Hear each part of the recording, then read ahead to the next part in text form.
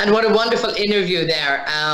Well done, Reem. And it was great to hear from Mr. Al-Juma himself there. I remember interviewing him so many years ago when I was a reporter with CNBC, and his great work that he was doing in the industry. And I think it's great to see him busy and active, and again, really moving things forward just in the space that he really likes to. And it was also so lovely to see him at the LEWAS Awards. We're now going to move on to a really lovely panel, and we have put a title on this called Words of Inspiration. So no pressure on any of you, but we are here and we want you all to make sure that you leave us with some great words of inspiration. You are among the finalists for the LEWAS Awards. I mean, we all recognize the tremendous work that you've all done, and it's my delight to have met you all and taken time, and I just want to congratulate every one of you for the great work that you are doing and encourage you to keep doing it. That's what we will be expecting. So let me just quickly introduce everybody here, and we'll have a little time for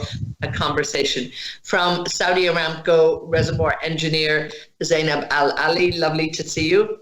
Great that you're here with us. We also are delighted to be joined by Dr. Hayat Abdulla Yusuf, the Assistant Professor and the Program Coordinator at the University of Bahrain. So lovely to have you also with us. Dr. Basma El Zein joins us also from the University of Business and Technology, and she's the founder and the director and the General Governance and Sustainability Center. And also Alex Malouf. Alex, great to have you with us from Schneider Electric. He's the Corporate Communications Director for the Middle East Region Lead, and also a big fan of LEWAS, a big supporter, and we hear and see lots from you when it comes to diversity. So we're really happy to have everybody here. Thank you all. Zainab, if I might start with you and talk to you, that you would share with us perhaps your professional way of dealing with stress at work. We've been talking about it today, and we've heard many different things from many different people. But as a woman in this industry, particularly in oil and gas, it can get stressful at work anyway, whether you're a woman or not. But talk to us about how you deal with things. First, hi, Ethan. Thank you for having me today. It is completely my pleasure to be here today with you. Regarding the stress, I believe at work we have two types of stress. We have external and internal stress. The internal stress that I created to myself because I wanted to achieve more.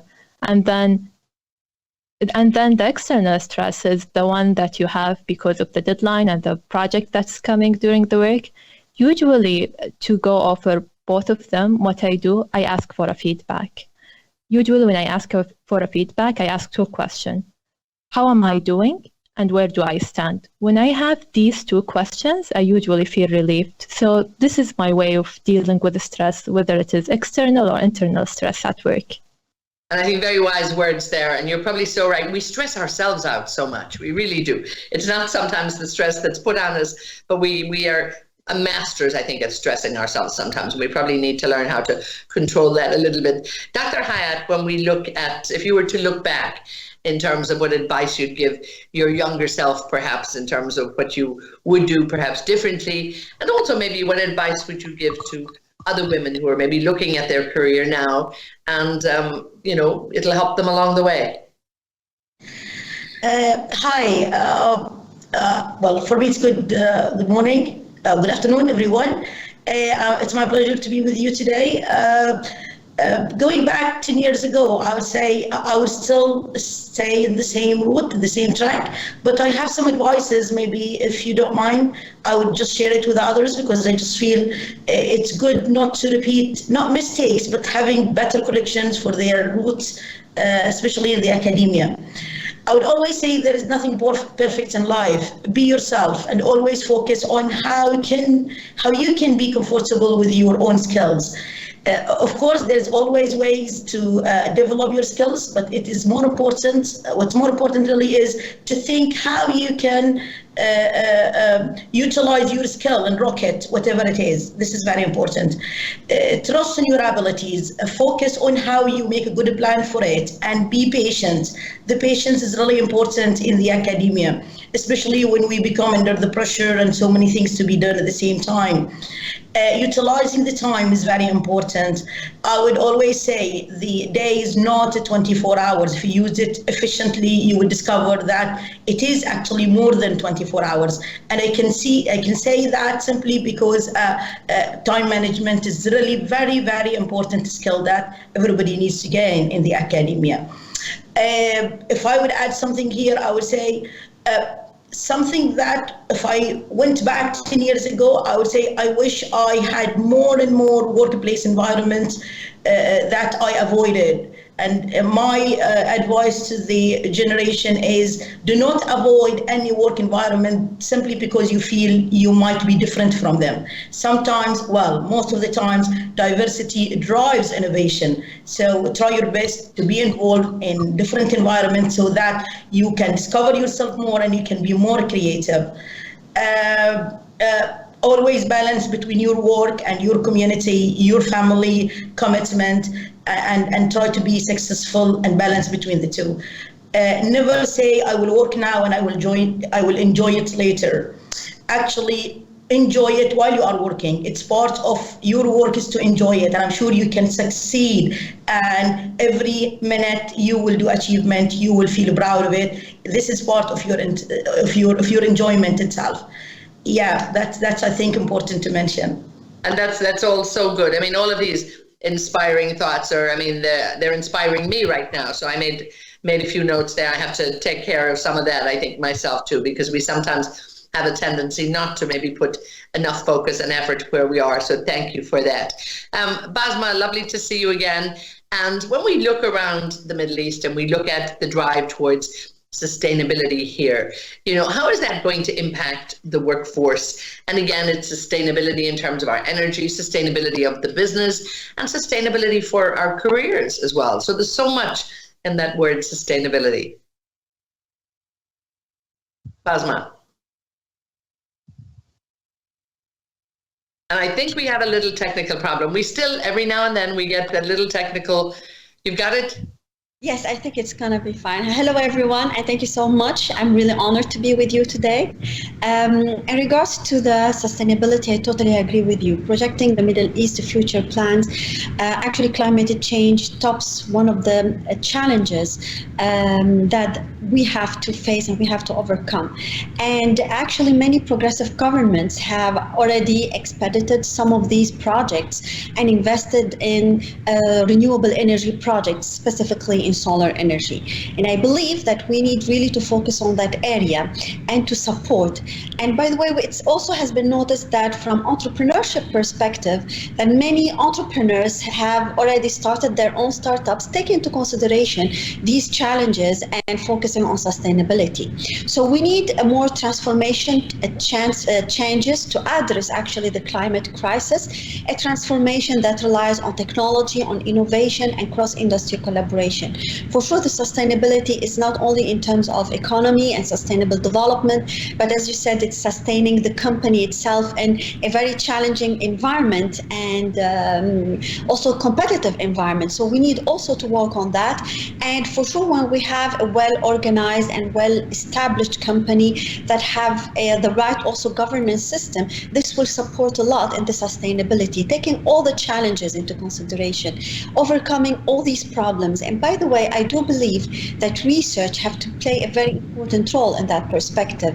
So for example, we need always to focus on applied research, R&D, focusing on eco-green solution. It's not only based to find products or devices, but also sometimes processes, sustainable processes that the business can embed or can adapt in its journey. So focusing on creative ideas, innovative ideas, and supporting these creative ideas to be transferred to the industry in real projects and real products. And at the end, for sure, taking these projects that have a positive impact on the economy and also contribute to the society. I believe that we should focus a lot on that perspective. I think that's so important too. And again, it's giving the 360 view, and when we even look at sustainability and what we can all do to make sure that we all have a more sustainable future, I think, without a doubt. Alex, let me turn to you. I mean, one of the male champions in terms of diversity. It's always great to see you here. We know that you're very vocal about this as well. We need more people like you. What do you say to all of your peer group out there, to all of the men in this industry, in terms of what they can be doing more to make sure that we have a wider and more equitable view when it comes to diversity in the workplace? We need more men need to get involved. We need to get involved in discussions like this. We need to listen, I think, first of all, to panels like this. I love the interview before done by Reem. It was fantastic to hear the experiences of what women go through, what they want from their careers, and from their families as well. And then, once we've listened, we actually need to take that on board. We actually need to actively listen. Even I've been known to sit there and not taking what my wife says. She'll tell me that. But once we've listened, then act on it. I think it's simple as that. We need to start walking the talk. If we really care about our loved ones, if we care about making our organizations better places to work, we want to have open, more, I think, not just diverse, but also we need cultures which bring everybody together, which include everybody, and do what we plan to do. Get women in, bring them in, give them the opportunities, and then support them as they go throughout their career.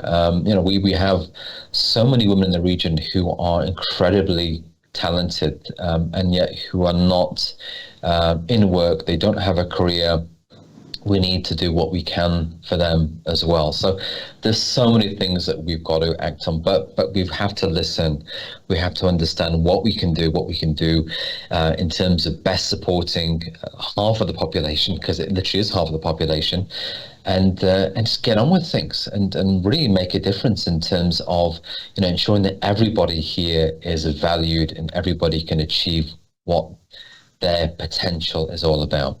Yes, I think it is. It's so important, and it is working in so many places, and things have changed so much. But I think it is about really making it the big push and making it just completely the norm.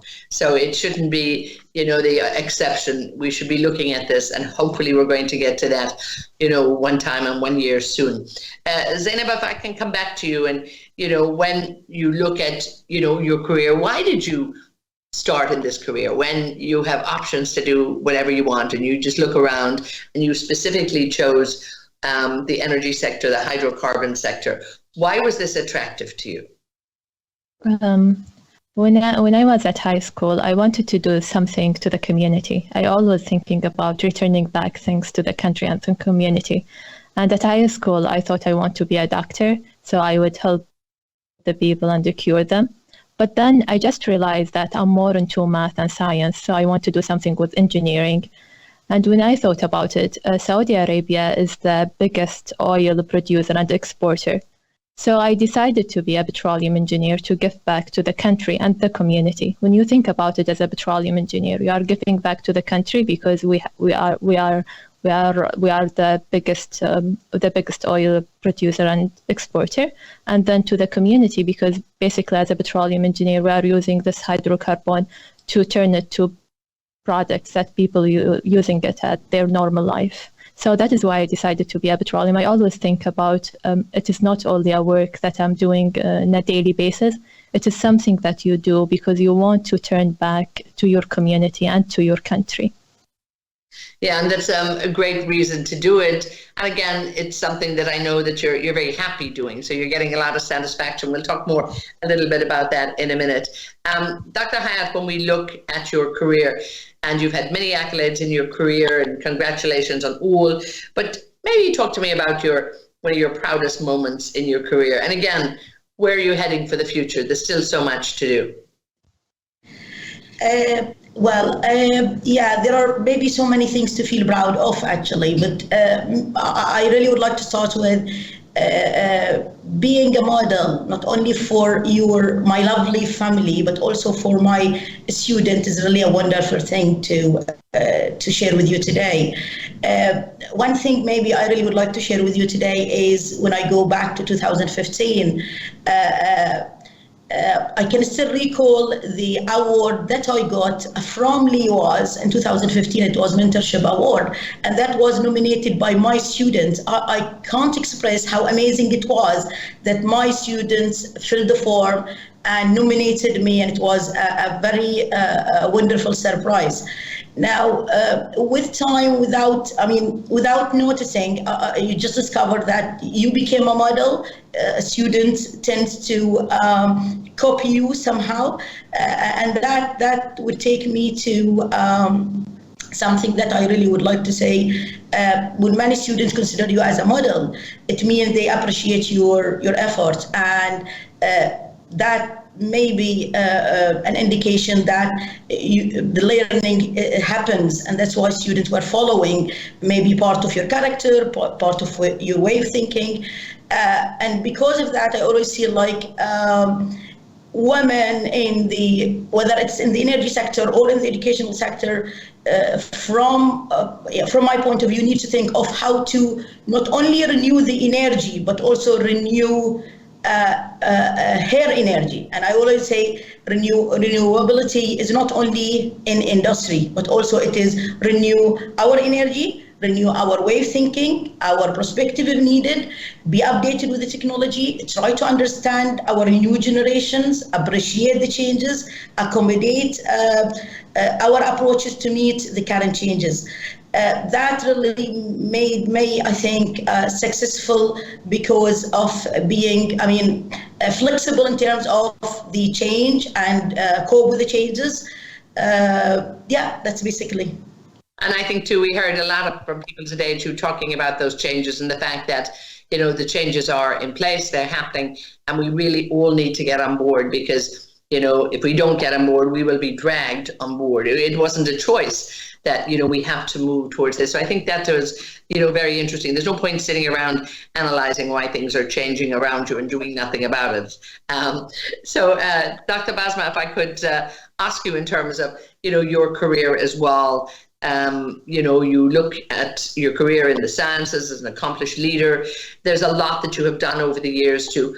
But if there was anything perhaps that you would maybe done differently, what advice maybe would you have liked to have had earlier in your career? Actually, yes, that's totally true. When we really achieve this a certain period of time, especially I've been in the field for 22 years, I feel that I struggled a lot. So I wish that, for example, that I had some good advice or some support and help and the right mentor close to me in order to really, guide and minimize the struggle that I have been facing. Sometimes we need the right support. It's true that our family is always our great supporter, and they are always encouraging and giving us the positive energy, even our colleagues. But when you have more support, and especially that as a woman in the field of energy and the field also of electrical engineering, it was not that easy. So having only the support of my father, that's true, it's the great support, but maybe it's not that enough. I have to struggle a lot. I have to face all the challenges by myself to be able to reach, to achieve my objectives. So I believe that the main thing is that women should set their objective, that career objective, and should really work hard toward that. I wish them that they will find the right support, and I think that we have many nowadays, not like maybe 20 years ago. So these supporters, these mentors will try to facilitate, let's say, more. For sure, the biggest load and the biggest effort have to be done by ourselves, but we have some facilitators, we have some porters who will facilitate the way to achieve those objectives and to leave a fingerprint. I feel always that whatever I need to do, I need to leave a fingerprint. I need to make it unique, to prove, from one side, to prove myself, but at the same time to be the right role model for the new generations to rely on and to follow. That's so true, and I think we can all learn so much from each other. And having a mentor, I think, we look at the current generation, and, I do have to say they're so lucky. There's so many people around ready to help and willing to help, whereby mentorship, it might have, the concept might have been there, yes, 20 years ago, but personally, it wasn't something that I ever came across back in the day. It didn't seem to exist in the journalist area. So it's very, very important, and I think it's playing a huge role. And to all of, the people looking at their careers, it's something I would say, and hearing you too, that they should really take advantage of and make sure that the help is there, that they do get it along the way. Alex, now apart from maybe your wife making sure that you listen a little bit more attentively every now and then, tell me though why what inspired you to really get involved in this? You're clearly looking around you in the energy sector, you've got great experience here, but you've actually made a decision to do something about it rather than sit around and just talk about it. Tell us why that's important. And again, what will you do to encourage other people to get involved? I think that there are a number of reasons why any person should reach out and help others step up. Especially men. I think first of all, each of us can benefit from the experience of others. And by reaching out, by supporting somebody's development, you really do, you re-energize yourself. It's so spiritually enriching in many ways. I actually gained a lot from the reverse mentoring side. With younger people. I say younger people because, especially in the Gulf, everybody just seems so young. So actually learning, what they're doing, what's happening, again, what their expectations are, how they communicate. So that's also a huge benefit. And now the other simple reason is, and it's a very simple reason. I used to work in the B2C space. Think about it from the customer perspective. We all work in energy. Half of our customers are women, the other half are men. So it's actually understanding your different stakeholders. What matters to them, what they care about, and then it makes me do my job better. It allows me to actually get more done, be more effective, and more productive. So, it's. In a way, it's selfless, but it's selfish. I want to be better at what I do, and by reaching out and helping others, that's what I also achieve as well for myself. So, that's really the ultimate outcome. By helping others, you also help yourself.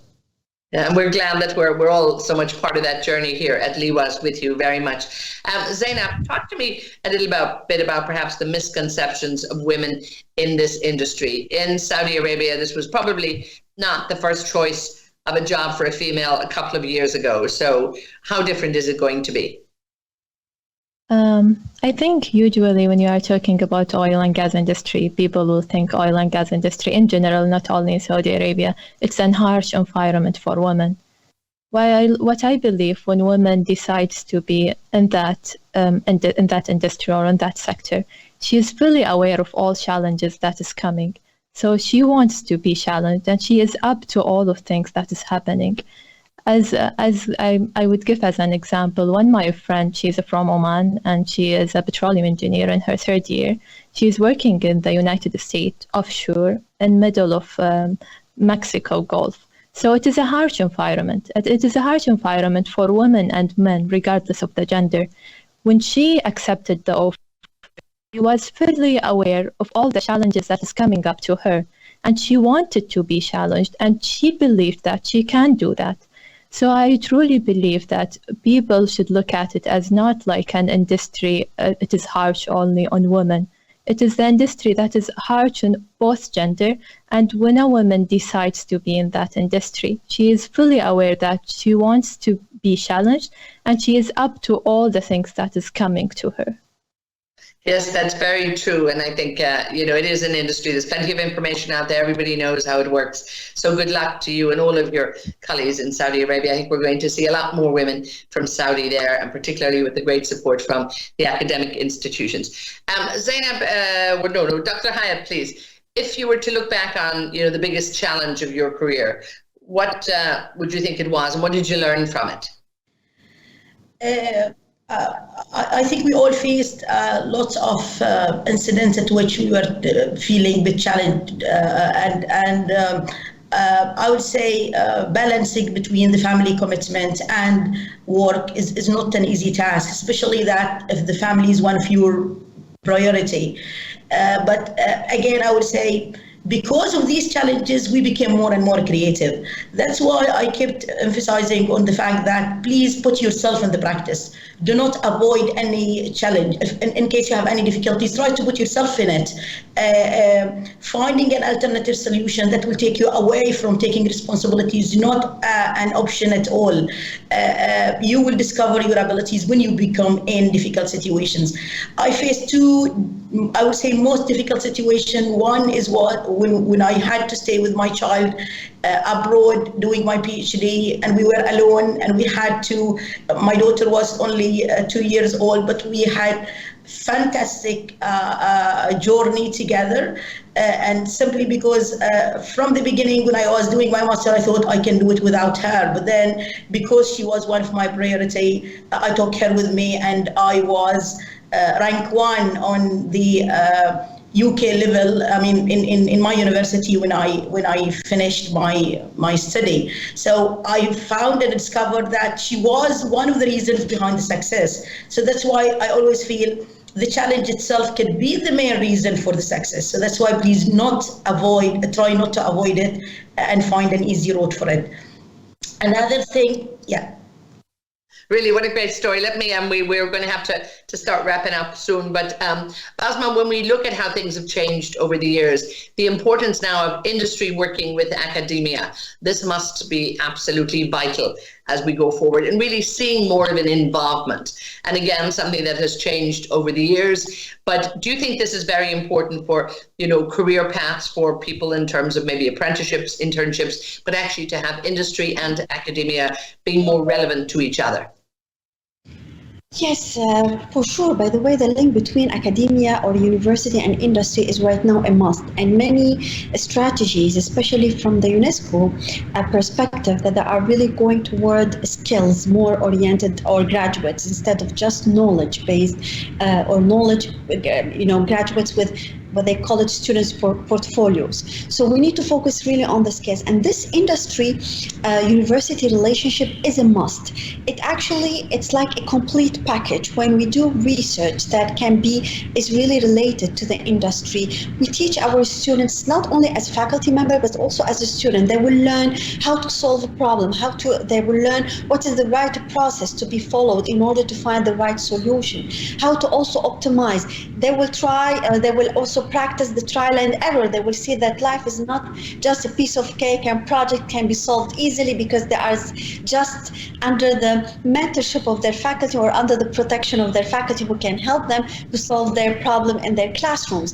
So this relationship is very important. First of all, from skills perspective, so those students can do their co-op, their internship, their final year projects, their capstone, their master's research based on real world problem. So gaining the right skills. At the same time, these projects can be transferred later on with the support of the industry to the industry to be implemented, to be embedded. And for sure, always focusing on the latest technologies. Not just the objective is to work on, a project and get a grade and that's it. Using the latest technology, applying, like for example, nanotechnology, Internet of Things, artificial intelligence, machine learning. Many of the new technology have to be right now in our focus for internship, for also final year projects, and many others. So I do believe that this relationship have to be fostered, have to be really a strategy that most universities have to apply. And at the same time, we need the support of the industry. We need this, link to be built. We do, and I think the industry is ready and willing. So I think sometimes we have to maybe encourage them a little bit more. I do want to quickly have a quick word with all of you, just in terms of a few quick words of wisdom to pass on. But Alex, just have you noticed any organizational shift when it comes to actually promoting women and making sure that more women are part of the workforce? I think the pandemic has had mixed results, especially we've seen in a way more inclusion. There's been more choice, there's been more flexibility, which is a big one. It's an important concept for getting more women, helping them grow, helping them develop, helping them balance, and also as well men. we also need to be involved in our families. And I think that's also a big part of the solution. Men need to be more involved in terms of doing things at home, because that's when the balance comes in. That's essential. It is absolutely essential. So from all of you, just very quickly, and if I could maybe just start, Zainab, literally we have 2 minutes left, so that gives you 30 seconds each. Give me that quick, big words of wisdom that you encourage everybody to be positive and to make sure that they have a good career in this industry. What should they do? They should, I would give them an advice. They should always compare themselves with who they were yesterday. They should never compare themselves with others, because the definition of success and happiness, they are the only person who knows what is their own definition of success and happiness. So always believe in yourself and always compare yourself with who you were yesterday. Oh, that's nice. And maybe make it new and different and fresh every day. Dr. Hayat. Yes, I would say, especially to my student and to learners surround me, I would say you are bright enough to shine wherever, if you really believe in your skills and yourself. Stimulate the sparks of your creativity so that your work speaks for you wherever you are. Try to learn how to learn rather than waiting for anybody to teach you. This is very important. And try to be a leader and get the skills of leadership so that you can create wherever you are. Exactly, and you can start being a leader even in your student days, just take charge and take control. Dr. Basma, what would you say? Quick 30 seconds. I will tell them the sky is the limit. Be passionate about what you do and always leave a fingerprint in everything you deliver. Be unique and develop yourself. Learning doesn't have an age. It's not related to a specific age. Keep on learning and developing yourself. Learn everything. You don't know when you will need the skill. You need to be what we call like polyvalent. So wherever you can, you will be able, wherever we place you, will be able to deliver the best of what you have.